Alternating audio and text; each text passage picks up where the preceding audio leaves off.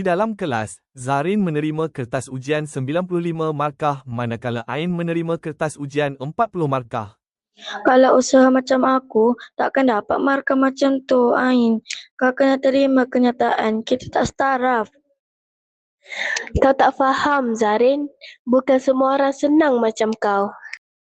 Di belakang makmal sekolah, suasana gelap dan dramatik. Aku benci sikap kau. Kau rasa kau paling hebat sebab kau pandai? Memang aku hebat. Kau yang lemah, tak ada daya tahan langsung. Tiba-tiba bayangan hitam, ego, menghasut mereka.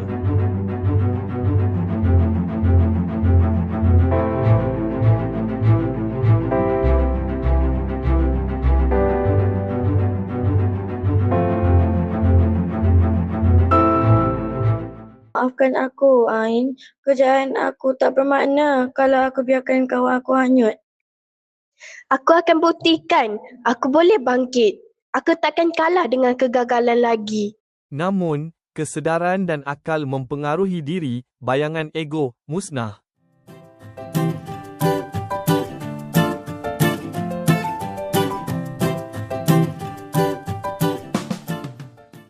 Okey, soalan seterusnya.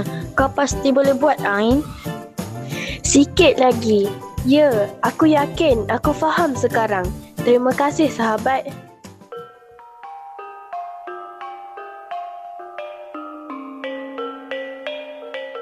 Yes, kita berjaya.